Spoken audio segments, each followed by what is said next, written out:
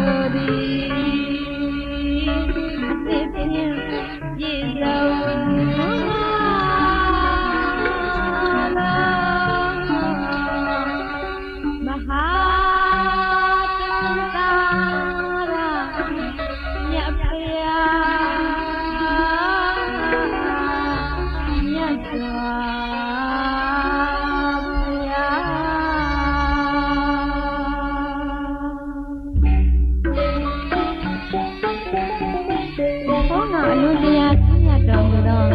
မဟာသံဃာရရွှေရှင်တော်မြတ်၏ဘုရားဝင်သမိုင်းမှာဒီအကျဉ်းဝင်ဖြစ်ပါလေရှင်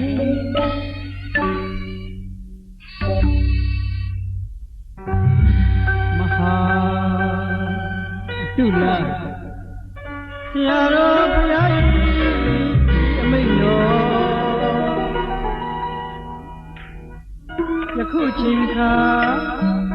မြတ်စွာဘုရားရှင်ကိုယ်တော်မြတ်ကြီးပွင့်တော်မူရာမြစ်စီမဒေသဘုရားသခင်အမြင်တော်မူရာတောထွက်တော်မူရာတရားကျင့်တော်မူရာဘုရားဖြစ်တော်မူရာမဟာဘောဓိဓမ္မစက္ကတုဟောတော်မူရာ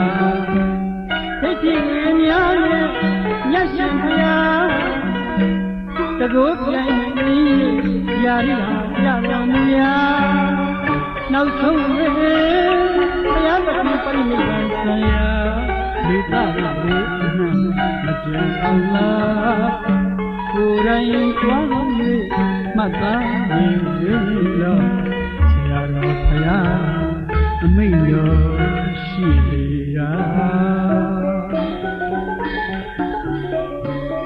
မဟာတုလဆရာတော်ဘုရားကြီးကမဟာလေးကျွန်းဒိဗ္ဗဆရာတော်ကိုခေါ်ယူပြီးကဲငါတို့ခုချိန်ကစပြီးမြတ်စွာဘုရားရှင်ကိုယ်တော်မြတ်ကြီးဖွင့်တော်မူရာရဖြစ်တဲ့အနောက်မြစ်မဒေသမှာဘုရားရှင်ကိုယ်တော်မြတ်ကြီးဖွင့်တော်မူရာဒေသတောထွက်တော်မူရာဒေသတရားကျင့်ကြံအားထုတ်တော်မူရာဒေသဘုရားဖြစ်တော်မူရာဒေသဓမ္မစက္ကတုဟောတော်မူရာမိဂရာဟုသောဒိဋ္ဌိဉာဏ်နဲ့တကောပြန်လို့ယာရိဟာပြတော်မူတဲ့နေရာနောက်ဆုံးမြတ်စွာဘုရားရှင်ကိုယ်တော်မြတ်ပရိနိဗ္ဗာန်ပြုတော်မူတဲ့နေရာမှမကျန်မြတ်စွာဘုရားရှင်ကိုယ်တော်မြတ်ကြီးနဲ့ပတ်သက်တဲ့ဒေသများသည်ကိုယ်တိုင်ကြွားရောက်ပြီးလေ့လာမှတ်သား၍သာသနာတော်ကြီးကိုပြုစုစောင့်ရှောက်နိုင်ဖို့အတွက်အိန္ဒိယပြည်ကိုခရီးထွက်ရမယ်လို့အမိန့်ရှိပါမယ်။အဲဒီလိုဆရာတော်ဘုရားကြီးရဲ့အမိန့်တော်ရမဟာလေးကျွန်းဒိဗ္ဗဆရာတော်ဟာ1993ခုနှစ်တပေါင်းလာတဲ့မှာအိန္ဒိယပြည်ကိုကြွမြောင်းသွားပါတော့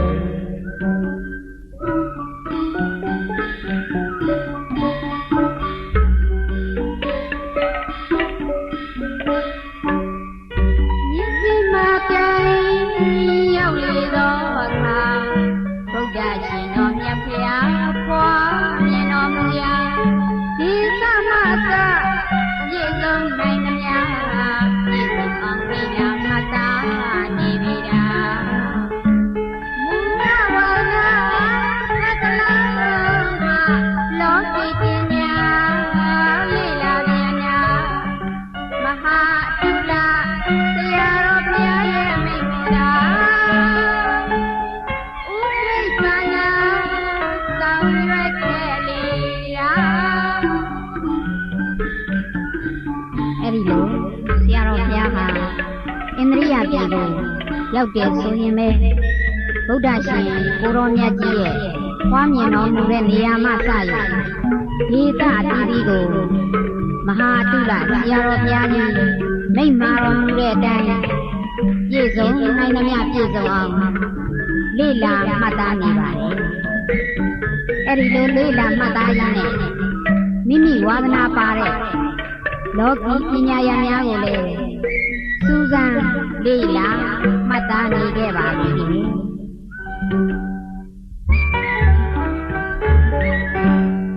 မြစ်စီမာတိုင်းမှာတပင်သုံးတော်မူလေတော့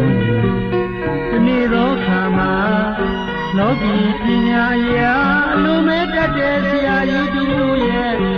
ရင်းနှီးတရားပြန်တော့တွေ့လို့တော့စိတ်ကြီးဖြစ်ပေါ်နေတာအဲ့ဒီဆရာကြီးဟာအကျင့်သိက္ခာသမားကြီးနဲ့အလိုမဲ့ပညာကျောင်းကိုကောင်းကလေးဝိစာမြို့ဒီလီမှာရှိနေကြောင်းသိရတော့သာအာယုံရောပါဒီဘလိုဝေးပြေးသွား၍တွေ့လေရာ ဆရာတော်ဘုရားဟာအဲ့ဒီလိုလေးလာရင်းနဲ့ဒီနေ့မှာတော့လောကီပညာရများကိုအလုံးတက်မြောက်တဲ့ဗြဟ္မဏုအမည်ရှိဆရာကြီးတို့ဟာဒေလီမြို့ကိုရောက်နေတယ်ဆိုတဲ့သတင်းကိုကြားရပါတယ်အဲ့ဒီဆရာကြီးရဲ့အကျင့်သိက္ခာကတော့49ရက်မှတစ်ကြိမ်အစာအာဟာရစောက်တော့ကြောင်းအနှစ်ကြာမှဒီတစ်ခါသာချိုးကြောင်းစကားပြောဆိုရမှလည်းမလွယ်တမ်းပြောဆိုနိုင်စွမ်းရှိပြီးအလွန်ထူးမြတ်တဲ့ပုဂ္ဂိုလ်တစ်ဦးဖြစ်ကြောင်းသိရပါတယ်အဲဒါကြောင့်ဆရာတော်ဟာယမနုဆရာကြီးထံသွားရောက်တွေ့ဆုံပြီးတဦးနဲ့တဦးရင်းနှီးမှုတွေရရှိခဲ့ပါတယ်ယမနုဆရာကြီးကသူဒီမှာခိတ္တနေကြောင်းအမြဲနေတာကတော့ပြည်ပေါင်း8400ကျော်မြင့်ပြီးတိဘက်ပြည်နယ်ဆက်ဆက်လျက်ရှိတဲ့နန္ဒာတီဗီတောင်မှာဖြစ်ကြောင်းပြောကြပါတယ်ခုလိုဒေလီမြို့မှာရှိနေစဉ်အတွင်းဆရာတော်ဘုရားကိုသူနဲ့အတူခိတ္တသတင်းသုံးကိုလျှောက်ထားတဲ့အတွက်ဆရာတော်ဘုရားဟာဒေလီမြို့မှာဆရာကြီးနဲ့အတူသတင်းသုံးနေခဲ့ပါတယ်ခင်ဗျာ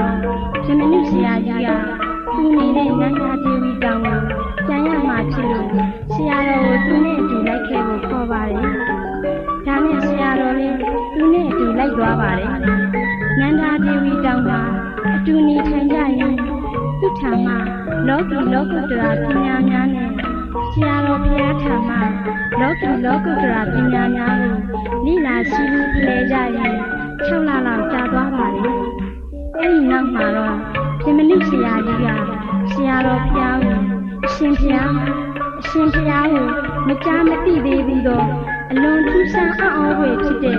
သမိုင်းတစ်ခုကိုရှောက်ထားပါရစေလို့ဆိုလာပါတယ်ရှင်